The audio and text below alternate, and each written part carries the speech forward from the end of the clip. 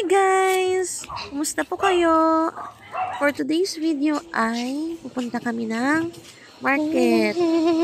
What market po guys? Sa merkado po tayo pupunta. Bibili ng ulam. Kasama ko si Rain. Yan. Malayo-layo pa guys. O ayan, ang bilis namin diba? Ayan yung... Yan, bumili tayo ng fresh na pork. At gulay. Ayan, balik na kami guys. Hindi ko na kinunan doon. Kasi ang daming tao. Yan. Yung anak ko naghanap ng makakain. Sabi ko, pag may nakita kami. Ayan, hindi kami nakabili yan guys. Tapos, walang batuan guys. Walang pang paasim si Ma'am Che. Naghanap pa kami dito sa kabila. Yan. Lakad namin.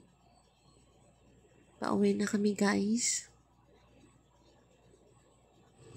Grabe pala yung batuan. Ang mahal. 300 ang kilo. Grabe. Ang taas na bilihin ngayon guys. Yung bigas daw sobrang mahal na rin. Pinakamababa is 50 pesos. Makin mo yun. Magda-diet na tayo kasi hindi tayo kain na marami. Muna na tayo sa ulam. Tipid-tipid na tayo ngayon guys. Ang mahal na talaga. Sa ngayong henerasyon. Sobrang mahal. Pauwi na kami guys. Nag-exercise na ito guys. Lumalakad na lang kami pauwi. Buti walang aso. Yan. Malapit na kami. Ito na kami. Yan. Namali yung camera natin. Ito na yung aming bayabas na sobrang daming bunga guys. At araw-araw may kumukuha dito. Ayan, ito na yung hindi pala nag-record kanina. Ayan, ito. Yung kasa na natin yung ating pork. Fresh na pork. Worth 150 pesos. Hindi tayo ng sabaw kasi insana na lang tayo niluto. At ngayon lang nag-request si daddy na magluto ng sabaw. Nilaga. Yan guys. Oh, yan. Pinakuluan na Kaya natin. pa guys. Ito pa. Nalay time. Nalay natin. Grabe ang init.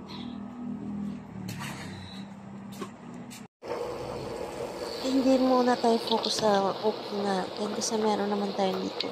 Pero guys, wala tayong batuan. Yung gamit ko dito is sampalok mix. Parang sinigang mix. Yan guys. Pero okay naman na yun ang pinalabasan guys. Ayan, nagisa na tayo guys. As usual, ginigisa lagi na ako yung nilaga ko. Yung pork. Para mas masarap. Kaya din ba? Try nyo guys, masarap pag isa yun. Masarap na yung pork.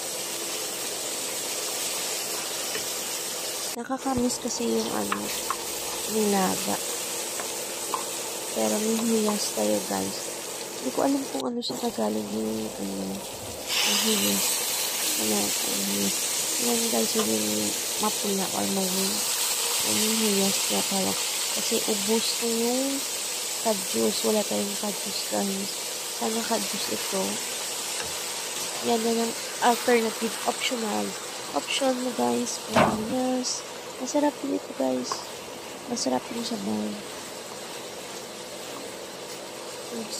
Kasama yan.